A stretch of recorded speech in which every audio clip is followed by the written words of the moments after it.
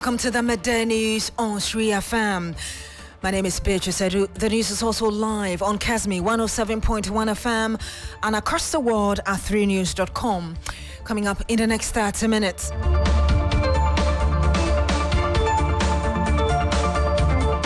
You can now go as free men. Court of Appeal acquits and discharges minority leader Fiscal and third accused in ongoing ambulance case.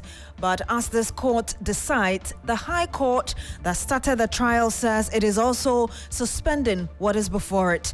We'll bring you all that you need to know today.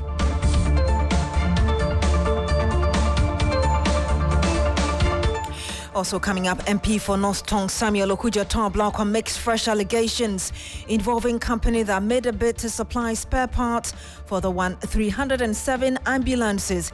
He claims charges were inflated again to the tune of over $20 million.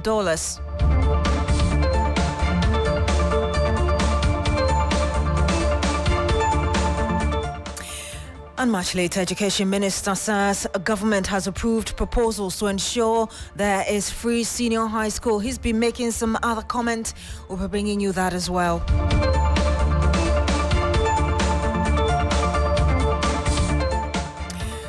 Thank you very much for joining us. Now, from this afternoon, the minority leader, Dr. Fiscal Atu, and the third accused in the ambulance trial, Richard Jakpa, can go on and work as free men. This is because this morning, the Court of Appeal acquitted and discharged the two in the ambulance trial. This also means that the order for Dr. Atu to open his defense by the trial court in the case has been set aside by the Court of Appeal as well. In effect, Dr. Atu's submission of no case has been upheld. The third accused, Richard Jakpa, has also been acquitted and discharged. Now, Dr. Atu was standing trial for allegedly causing financial loss of 2.37 million euros to the state in the ambulance deal. Accordingly, the court held that there was no basis for the trial. The High Court to call Dr. Forson to open his defense.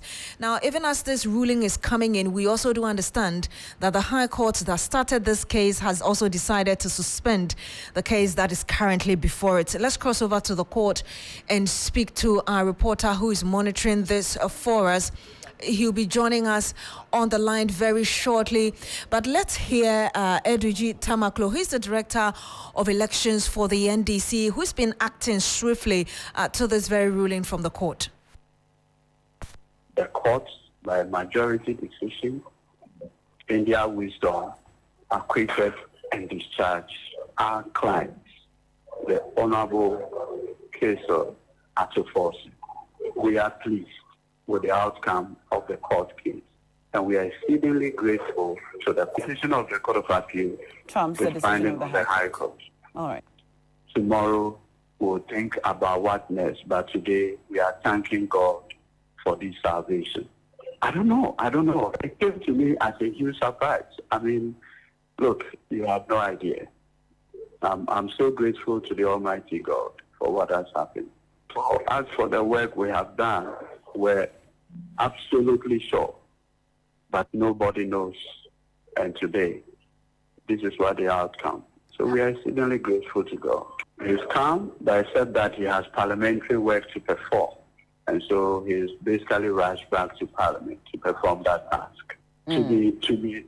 We'll tell the story one day. The rule of law, fidelity to the law, fidelity to the law, fidelity to the law.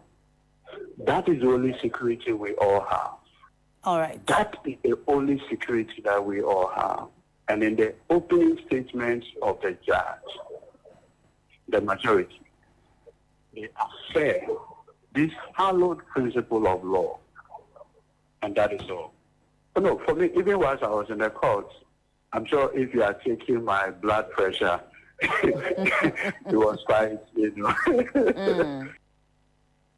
And you heard that Godwin Edujit Tamaklo, he's the Director of Elections, of Legal Affairs for the NDC, and he was just reacting swiftly after that ruling from the court. We'll be speaking to a private legal practitioner very shortly, but let me run you through how far we've come as regards this very case. In January 2022, the minority leader, Dr. Kesol Atoforsen, and also a businessman, Richard Jakpa, and former Chief Director at the Ministry of Health, Seth Amenema, were slapped with multiple charges because of their involvement in this ambulance case, the purchase of ambulance for the country. Now, in March 2023, the High Court ordered that all three accused persons open their defense after it found that prosecution has made a case against them. Now, all the three to proceed to challenge ruling at Court of Appeal. That was the next step that was taken. In March 2024, Attorney General discontinues case against the Chief Director at the Health Ministry at the time. And today we are learning from the ruling from the Court of Appeal that indeed the court has set aside that High Court ruling on submission of no case, acquitting the first and the third accused in this case. Justice Abdullah is a private legal practitioner. He joins us live on the phone. Good afternoon to you, sir. Thank you for joining us. Good afternoon. Does this come to you as a surprise?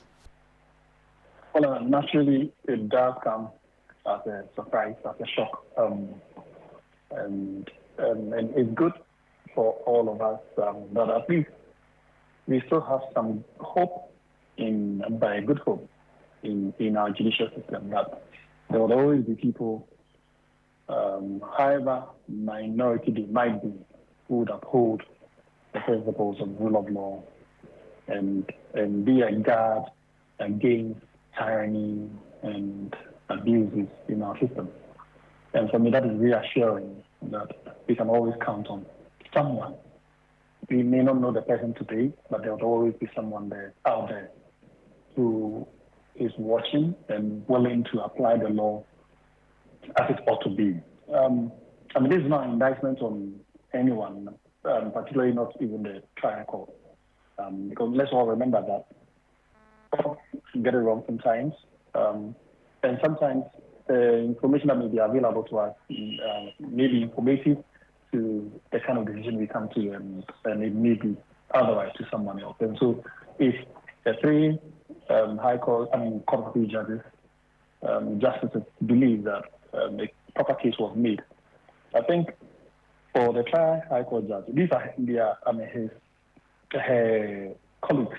Remember, the trial High Court judges, justice of the Court of Appeal, and so these are her colleagues, and that's what her colleagues think. And I think that she just applies the law, so she simply has no role to play in this. Once they say they should go, she simply washes her hands off and goes back to her substantive duties as a Court of Appeal judge.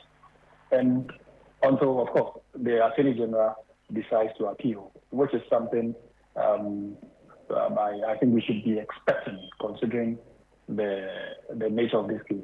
I don't think we should be surprised to see the Attorney General also appealing to the Supreme Court. And that is the beauty of the law, and it's how it works. There are always levels, and each level has expertise that they bring to the table and to the issues, and appear or do justice to what we believe or ought to be the case. And in this particular case, I think we are not at the tail end of it yet. It's good to rejoice today, but we should prepare for what could possibly happen tomorrow, based on what the AG might do. What could possibly happen tomorrow? At the same time that we are hearing the appeals, this court tell us about, its ruling, the two being acquitted, we're also hearing the court that started this case, the High Court, saying it's suspended the case that is before it, bearing in mind this very ruling coming from this court. What does that mean? Naturally, once this decision has come up, it has to be formally, the court has to be formally informed of it. So if the court says that it has suspended it, I'm sure it's because there's no formal communication of the decision to the High Court. I'm sure the lawyers will take steps to obtain copies of the judgment and all the necessary processes and have it on the registry of the High Court. Then it comes to the attention of the High Court. That literally ends the matter. I know you said that we should expect the Attorney General to appeal this, but this immediate ruling, what does it mean for him, looking at the back and forth that characterized the last phase, as it were, of this very case before this ruling came in? Yeah, so like, as I was saying, with this decision, the two parties are effectively out of the woods, at least to some limited extent, until the AG decides to file an appeal. But as I was addressing the High Court decision, because the High Court has not been officially informed of this decision, it is at liberty to go ahead with what it wants to do. But of course, the court, she's also a human being. She might have heard of this, which is why it's also suspended the sitting. But once the information is formally brought to the attention of the court, that ends, literally, it ends until an appeal is mounted by the AGs and the decision is overturned. The decision doesn't get overturned. This is we walk home.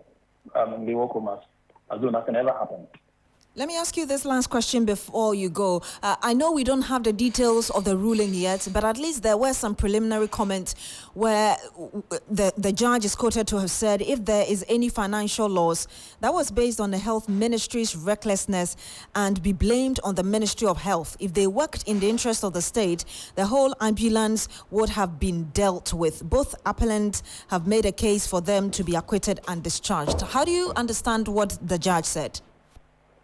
Well, literally absorbing these two persons of any direct liability, if there was any. In other words, what the judges are saying is that there is a possibility of what the AG complains of, for which reason charges were leveled against these persons, i.e., causing financial loss to the state. But they are simply saying that if indeed that happened, these are not the right persons to be charged for those offenses. Because the ministry is responsible for that, and that ministry is someone else who is in charge and somebody else who partook in those activities are the ones to be found and possibly charged, and not necessarily these persons. Thank you very much. We'll end it here. Justice Abdullahi, private legal practitioner. Let's listen to Richard Japa, the third accused in the case, who has just been acquitted and discharged. Well, what I see is that we have a problem at our Attorney General, Ministry of Justice, the Attorney General's office. And what I will entreat subsequent presidents is to really check the character of who they appoint as Attorney General of the country. Because if you want to protect our democracy and the rule of law, you must be very circumspect in who you appoint as your Attorney General, because he's number one enforcer of the law and all ethics of the legal system. He's the leader of that. So if you appoint a crooked person, a rogue who doesn't play by the rules, a gangster, and he comes and takes that position, then you can be rest assured that innocent people, men of integrity, will all be sent to jail. You either join them to pillage and run the country down, capture the whole country, or they send you to jail. And most Ghanaians, a lot of people who are in these other institutions, they have no choice than to join them. So you can see that almost all our institutions have been captured. They have been cowed into silence. We only have a few men of integrity who are still in the state institutions, who are still trying to hold the rule of law and to protect this nascent democracy of ours. But if it were left to these people in government, there will be nothing there for Ghanaians. So it's very, very important that when it is time for us to go and vote on December 7th, Ghanaians who want to protect this democracy and want to give the third independence to Ghana. And I always say we need to fight for a third independence because the first independence was secured by Panama. And the second independence was secured by the late Vice President John Rawlings. And we are now going for our third independence. And that must be done by John Dramani Mahama, and we need Ghanaians to support him on that. And you heard Richard Jakpa there. He is the third accused in this ambulance trial who has just been acquitted and discharged by the Court of Appeal. Private legal practitioner Martin Kwegbu has also been following this very case, and he's been sharing his views with us on it as well. He thinks that the accused who have now been discharged can go ahead and sue the AG. Yeah, so I mean that they are free forever, right? Yeah, so okay. No more trial. And this actually welcome relief for all of us, because the High Court trial is such an embarrassment. It's embarrassed us as a nation. That's a trial that should never have even gone ahead the moment the case came out. So this is a welcome relief. Because we are building a democracy. We shouldn't encourage unfair trials. As soon as that Jakpa case came out, I didn't see any trial going on in the High Court, but somehow it was going on. So this is a great relief that with this, everything in the High Court stopped. It's shame on the Attorney General. It's shame on Godfrey Dami that he has taken us through such an embarrassing attitude as a country. Godfrey Dami and his cohort have embarrassed Ghana. And you heard Martin Kwegbu. He's a private legal practitioner. You're still here on the Midday News on 3FM. And if you're just joining us, the story, our top story this hour, Court of Appeal acquits and discharges Minority Leader Dr. Fiscal and third accused Richard Jakpa in ambulance trial. And I also brought you that information that as this Court of Appeal brings out this ruling, the High Court that started the trial says it is also suspending the case that is before it. We'll be going to court very shortly to bring you some more reactions as regards to what's happening in court. Ahead of that, let's bring you this. And the government is in the process of paying 95 million Ghana cedis as judgment debt to IT consultancy firm West Blue Consulting following the termination of a contract with the government. West Blue Consulting provided technical and other support services to the Ghana Revenue Authority, GRA, from 2015 to 2020. The Commissioner General of the GRA, Julie Esiam, confirmed the award of the judgment debt when she appeared before Parliament's Account Committee yesterday. Commissioner General, are you in the process of making payment of 95 million Ghana cedis as judgment debt to West Blue? If yes, could you explain to this committee what occasioned that? Honorable Member, there's been a legal matter with West Blue and Ministry of Finance and GRA. West Blue, if you recall, was the pre-arrival partner to Ghana Revenue Authority at the port. And since the termination of their contract, I believe in 2018 or so, there's been a legal matter on the table that the subsequent to that last year, I believe, went to court for a sum of 287 million that they said they were entitled to. So they've been back and forth in court. Indeed, the judgment debt is 95 million. We will not be able to pay all 95 million, and therefore the agreement with the court is to pay this in 3 installments. And you heard the GRA boss, Julie Esiam, there. Now, the Minister of Education, Dr. Yao Osei-Duchum, says the government has approved a proposal to ensure a compulsory free secondary education. He was speaking at a conference in Accra on the state of education in Ghana. Take a listen.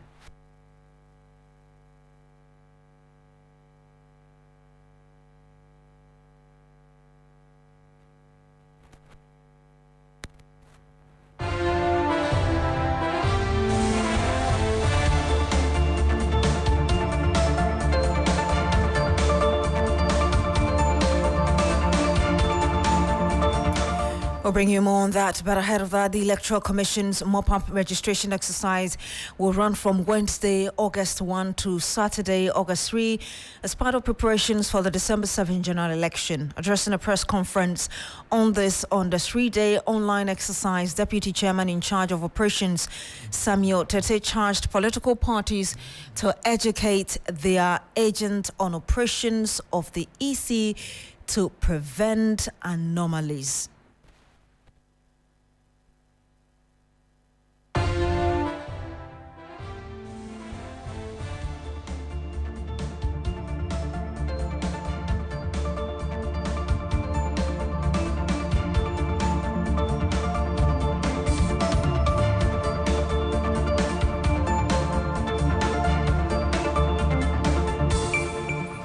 The mop-up voter registration exercise will take place from Thursday, 1st August to Saturday, 3rd August, 2024. The exercise will take place at all the 268 district offices of the Commission, 26 public universities, and 41 prison centers across the country. Political parties are allowed to send their agents to the registration centers to observe the exercise. The Commission expects the parties to educate their agents well to enable them conduct themselves professionally at all the registration centers. And you heard the Deputy Chairman in charge of operations for the Electoral Commission, Samuel Tete. Now, the Member of Parliament for North Tong, Samuel Okudzeto-Ablakwa, has alleged the company that made a bid to supply spare parts for the 307 ambulances is the same company that won the contract to import the vehicles.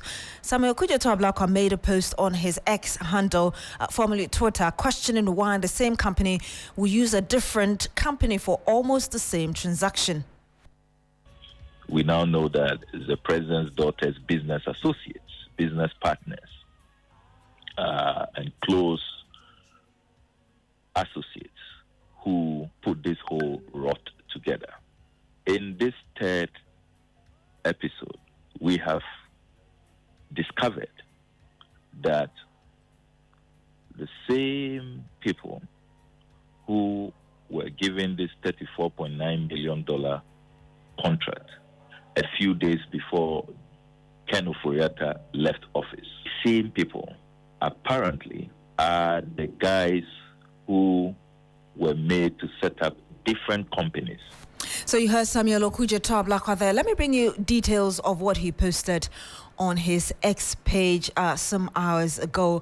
And he said, I can today authoritatively reveal that the same cabal behind the infamous, inflated, sleazy and unconscionable $34.9 million US ambulance spare parts sweetheart deal are the same characters who were awarded opaque single source contract valued at a staggering $54.3 million to procure the 307 ambulances. It says, for the avoidance of doubt, the same President Akufo-Addo's daughters. Okay, so he went on to say, but I want to read a bit. He said from page 2 of paragraph 4, which is a document he's also provided on his X page, of the Auditor General's performance audits. Government officials told auditors that the 307 Mercedes-Benz ambulances were procured at a total amount of $54.3 million US.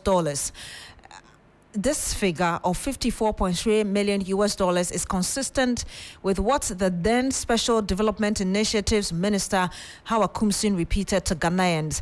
Meanwhile, page 24, paragraph 46 of the same performance audit states that the unit price of the ambulance is $80,000 US. And then he goes on to do some calculations and says at $80,000 US dollars for one ambulance, the 307 ambulances should give us a total of $24.56 thousand and not $54.3 million. This really means that the procurement of the ambulances was unconscionably inflated by a scary 29, almost $30 million US. That's what Samuel Okudzeto is saying in that post, and we'll bring you more of what he's saying as well as some reactions right here in our subsequent bulletins.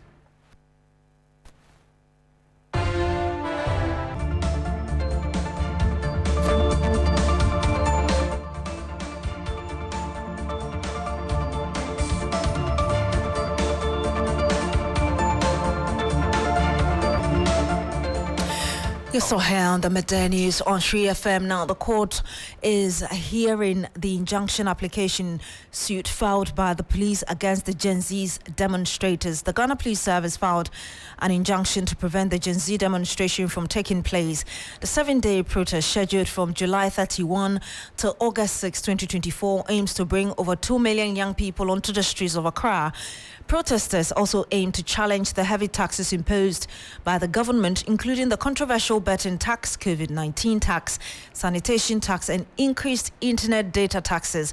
Additionally, they seek to express the Gen Z's strong disapproval of the widespread corruption and nepotism, what they call nepotism, allegedly characterizing the incumbent administration. And shortly, we'll be speaking to one of the people leading this protest, Mr. Thompson, who is the Executive Director of ASAPA. Good afternoon to you, sir. Thank you for joining us. Hello. Yes, hello. Thank you very much for joining us. Are you able to tell us really how the court proceedings unfolded today for you? Yes, thank you very much. Good afternoon to your cherished listeners. We're in court today for the police to move the application on the injunction motion they have served us. The police has gone to court on the basis that the demonstration, the 7-day demonstration that we have planned to hold, they do not have the men to provide security for us. And that they wanted to amend the nature of our demonstration on the basis that they do not have enough men, and also on the basis that it could breach public peace and public order. We were quick to point to the court that the reasons for which the police have come to court and the basis in the affidavits which they have filed upon the court has been the same intangible reasons which the police have filed in all the applications for injunction in the last 7 years, trying to stop everybody who decides or opts to hold a special event or demonstration in this country. And so we pointed out to the court that the police application was purely born out of malice and an innate desire by the police to stop our demonstration, because the police has become a serial opposition to demonstration in this country. So what is next for you? Come again? I was asking what next step is for you after today's court hearing. Well, the court has granted the application of the police. We are extremely dissatisfied with the ruling of the court. The trial judge, in giving the ruling, has said that she had taken judicial notice of the fact that we are in election year, and that's the basis for which she is granting the application, because the police are constrained. We believe that is purely flies in the face of the Public Order Act and other relevant provisions on which the police have gone to court. There's nowhere in the Public Order Act that says you cannot have demonstrations in an election year. And so if the police are constrained, it is an innate responsibility to find the men.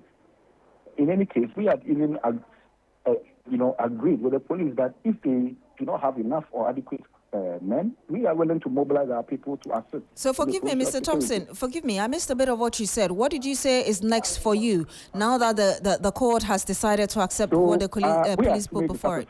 And on that basis, this afternoon we are filing another notice with the police to commence a new set of engagement towards the holding of the Gen Z demonstration in Accra, which is going to be 7 days. We are poised on making sure that young people in this country have the democratic right to demonstrate and be able to exercise it freely and fairly fairly without any impediment from the police. We'll end it here. Thank you very much. Mensa Thompson, Executive Director of ASEPA, who is also one of the leading members for this Gen Z demonstration against high cost of internet, among others.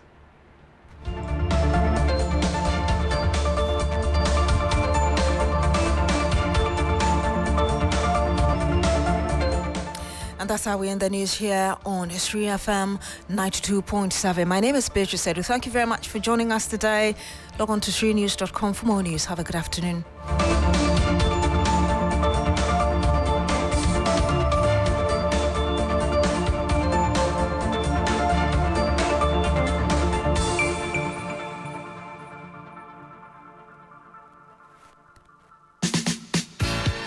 Imagine a day where the entire family will converge with music, food, family, amusement park rides, so many games, and all your favorite personalities at 3FM. Welcome to 3FM's Family Fun Day at Gazebo Accra Park in Jolu on Founders Day holiday, August 5th, 2024. Join us for a holiday of excitement, fun, and a celebration of the most precious thing of all, FM 92.7, Urban Lifestyle Radio Station.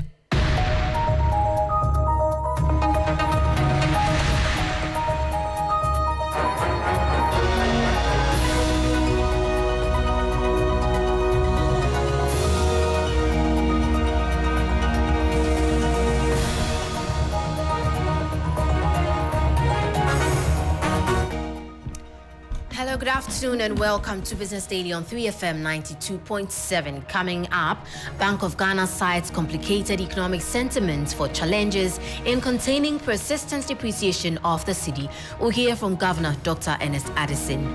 You're asking the question, what else has to be done? What else can you do about expectation? What else can you do about uncertainty about the economy, given the fact that we have an election coming up? You tell me.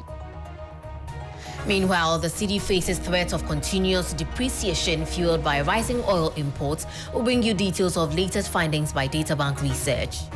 Though they also have some liquidity that they manage, but most of those liquidity needs now come mainly onto the retail markets. Plus, analyst calls for urgent reforms to Ghana's debt crisis for prudent public debt management beyond IMF. There is a need for us to ensure commitments to budget overruns beyond the IMF program. My name is Manu Afful. We have details of these and more lined up for you to stay.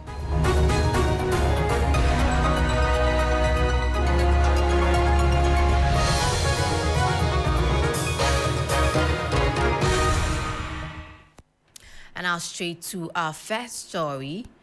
Governor of the Central Bank, Dr. Ernest Addison, attributed difficulty in dealing with the cedi's depreciation to what he describes as complicated economic sentiments. According to him, even though the Central Bank has taken the required measures over the past months to address the recent challenges facing the Ghana cedi, issues about sentiments as well as the upcoming general elections have threatened its sustainability.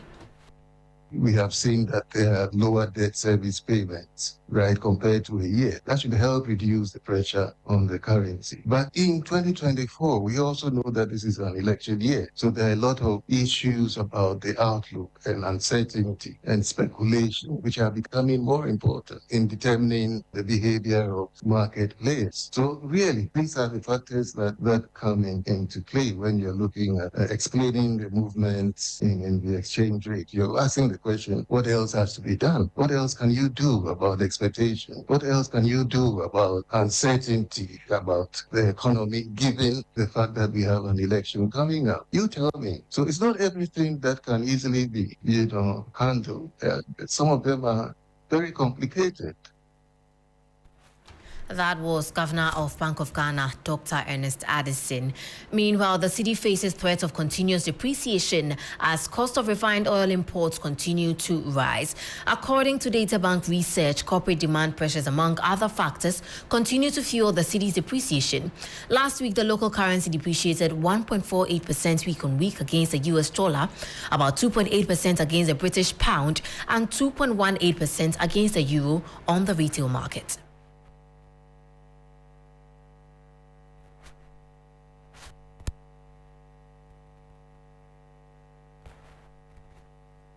As of June 2024, Ghana's refined oil imports increased by a little above $428 million from $422.6 million in May 2024, according to Bank of Ghana's Summary of Economic and Financial Data. The uptick in demand for oil imports and the corresponding rise in demand for foreign exchange from importers led to the cedi's depreciation by about 4.46% month-on-month against the US dollar in June 2024.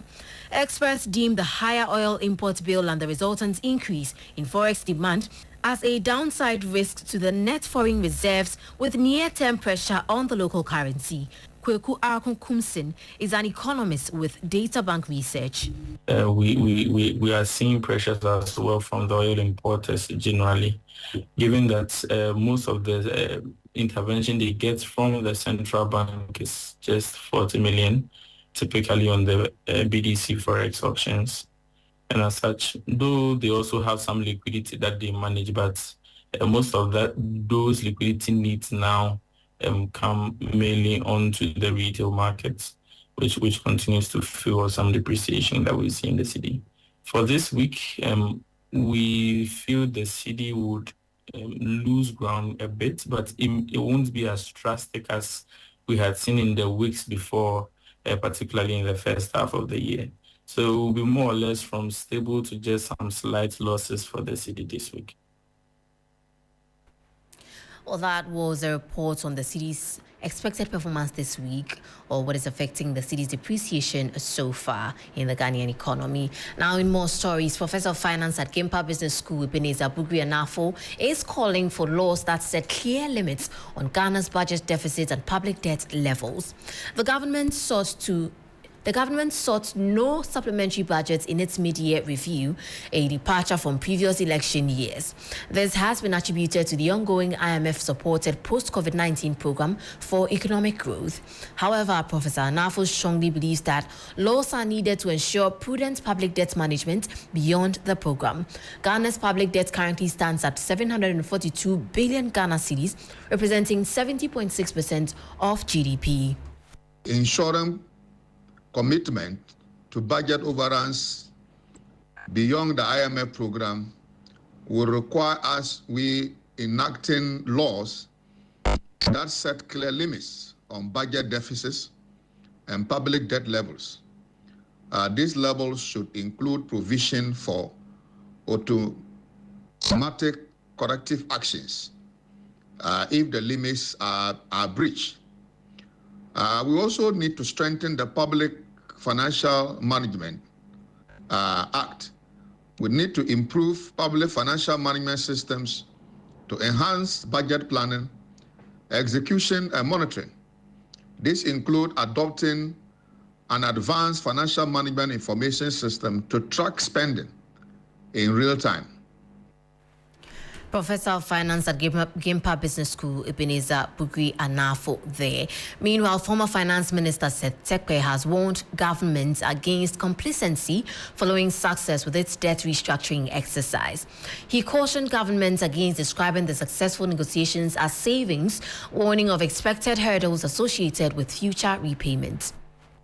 It is not a savings. When we say that we have saved from the debt, it's not savings. Why is it not savings? We did haircut. So if we are making savings, then let's go and pay them for the haircut. It's not savings. Second reason is that the debt, most of the debt is suspended. Yes, some has been forgiven, but most of it is suspended, both interest and payment. And from 2026, 2 years after the elections, the government that takes over has to start paying. And so if we are making savings, let's not go and be spending it on consumption. And then let's therefore bring back the sinking fund or a debt repayment mechanism, which is my understanding that those who lent us, particularly the sovereign bond, who knew that we had established a sinking fund, are asking for it. Do we have to wait for the fund? Do we have to wait for lenders and the rest to tell us that we should reintroduce this? I think it's an initiative which is in many countries and which we shouldn't have, destroyed. But the main point here is that we may not be third time lucky because we have become a middle income country. And if we discover more airfields than others, we may not be a lower middle income country. We may be an upper middle income country.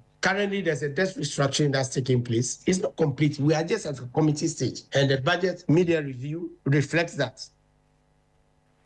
You heard the voice of former Finance Minister Seth Sekpe there. Well, that's it for Business Daily here on 3FM 92.7. For more stories, kindly log on to our website on www.3news.com. My name is Manu. Afful. Do stay tuned. Urban Blend is up next.